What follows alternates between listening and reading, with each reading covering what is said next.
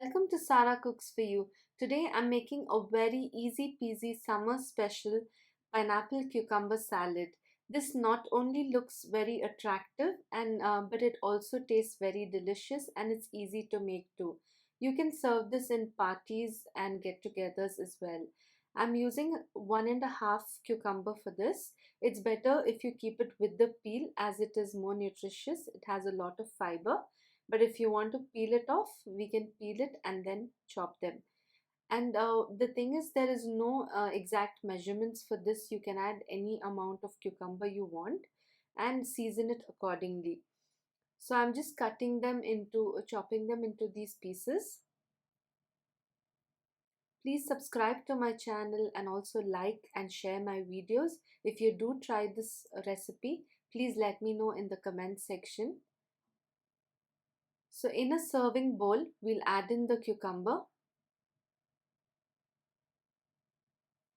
and the pineapple. I've used chopped pineapple about half to 3/4, and we'll add onion rings. Trust me, these onion rings taste amazing in this salad, and we'll garnish it with some coriander leaves, chopped coriander, and we'll season it with some red chili powder. This is optional. If you don't eat spicy, you can add it according to your taste. I've added very little of it though, and pepper powder just to season it, and some salt.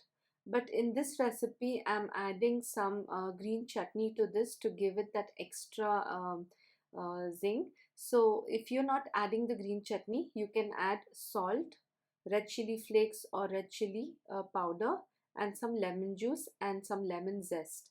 But if you're using the green chutney, you can add 2 tablespoons of green chutney or to taste. If you want the recipe for this green chutney, I have it on my channel. I'll leave the link in the description box below. This is an amazing recipe and it's so simple to make.